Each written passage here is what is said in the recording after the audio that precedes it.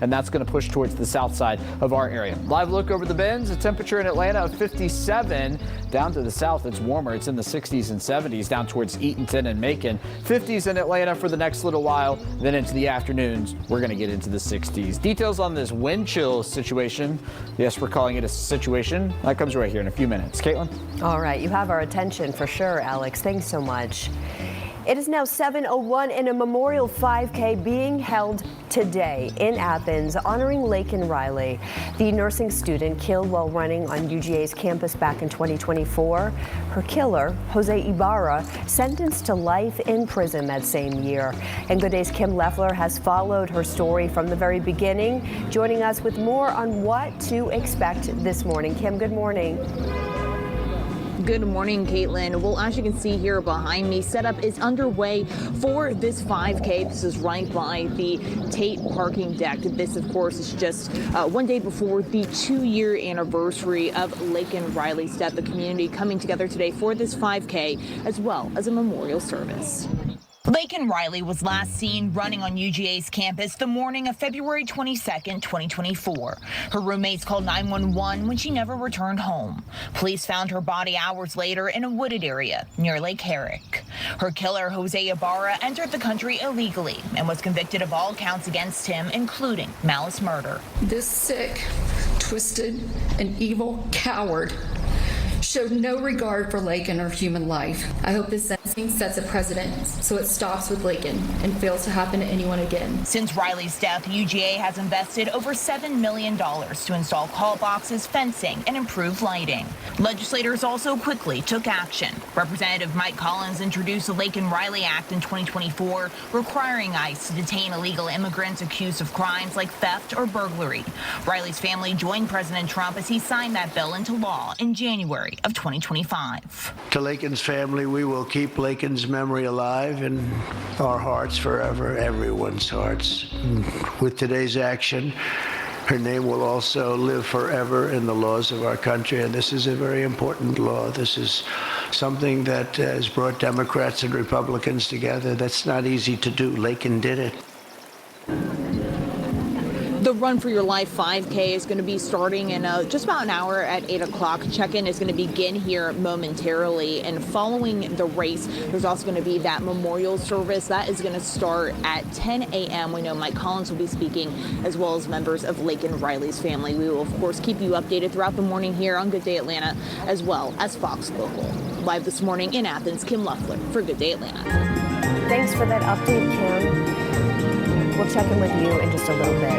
And developing this morning just into the Fox 5 newsroom, we have learned that former Olympian Jeff Galloway is in the hospital. Family members posting on his social media account that he had emergency neurosurgery, is now being cared for in the ICU.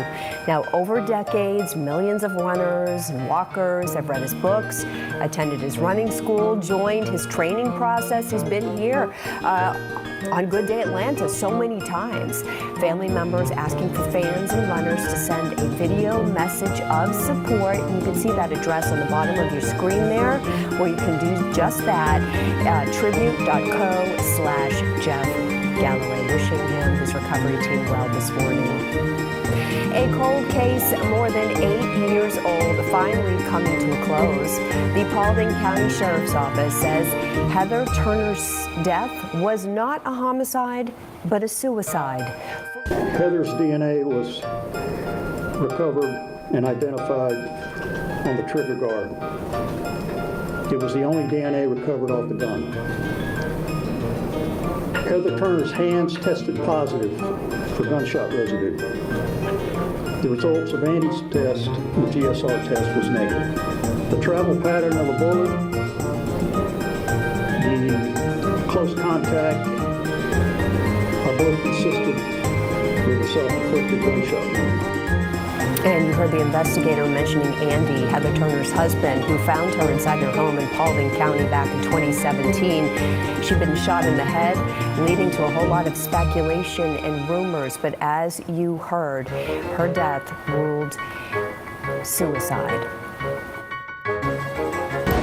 Prosecutors introducing several pieces of chilling evidence during yesterday's ceremony in the murder trial of Colin Gray. father of the accused Appalachia High School shooter, Colt Gray. Testimony started with GBI Special Agent Heather Lashley. Lashley tasked with processing the Gray home on the day of the shooting. Her testimony provided the jury with a first-hand look at the household through crime scene photos.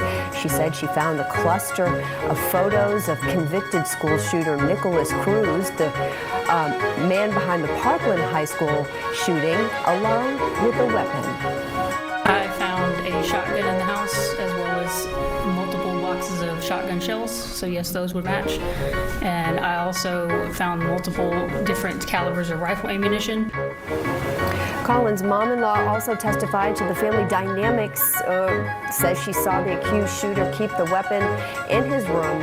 Court is expected to resume Monday, and Colt's mother is expected to take the stand. Prosecutors told the judge they hope to rest their case next week.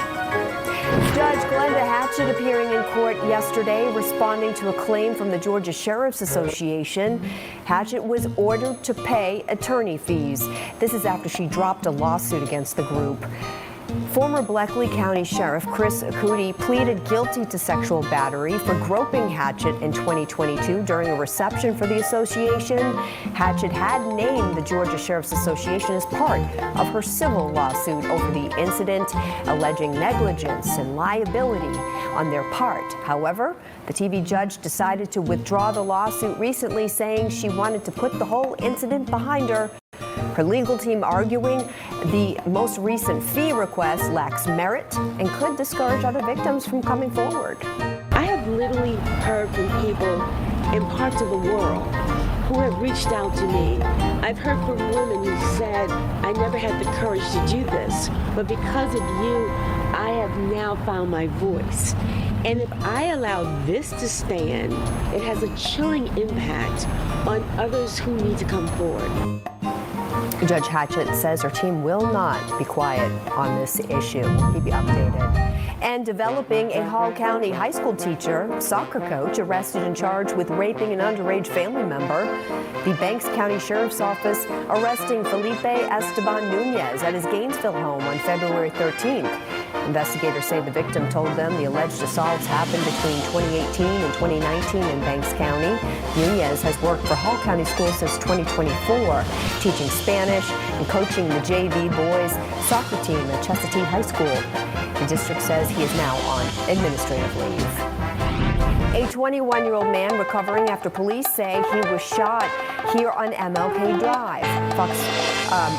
Fox 5 over that scene. Sky Fox 5. Atlanta police originally thought he'd been shot on Richardson Road, have since learned that was not the case. He is now at the hospital being treated for a bullet wound to the hand as police are trying to figure out exactly who is responsible. And we are hearing from the family of a 21-year-old man shot and killed in Atlanta last weekend. Police say Travales Talbert Jr. was gunned down at a home on Coleman Street. This is in the southwest part of the city. Family members we spoke with say Trey was the life of the party and lit up every room. They also say they can't wrap their head around the fact that he is gone. They don't understand how this could happen. I'm in total disbelief and I'm still in shock with so many emotions at the fact that somebody would just gun down my son that was so full of life, that was sweet, nice, compassionate. Police have not released any details as to how the shooting happened. Family members say they remain confident that police will find the killer. And an update now, in a murder investigation out of Woodstock, police say they've arrested 18-year-old Prince Philip Raleigh in connection to the death of another 18-year-old, Matthew Milner. Milner was shot and killed back at the end of January at the Riverstock Apartments off of Arnold Mill Road. Raleigh now faces multiple charges, including malice and felony murder, along with aggravated assault. He is now behind bars at the Cherokee County Adult Detention Center. To Troup County now, where a county employee who stole more than $500,000 worth of taxpayer funds is going to spend 18 months in jail and have to pay all that money back. Federal prosecutors say Wesley Gaddy exploited the personal information of more than 75 former Troup County employees while she was the county's payroll specialist, redirecting their funds to her own accounts. Federal prosecutors say she used the money to fund a boutique she ran on the side, also bought 3 horses, a horse trailer, a travel camper, and a boat. By an illegal immigrant while running on the campus of UGA. Her family is speaking right now, so I'm going to let them take over. Speak with Lauren, which is Laken Riley's sister, her little sister. She's going to join me here in just a moment. And then followed up, Nick is going to interview Mike Collins. And after that, we'll have a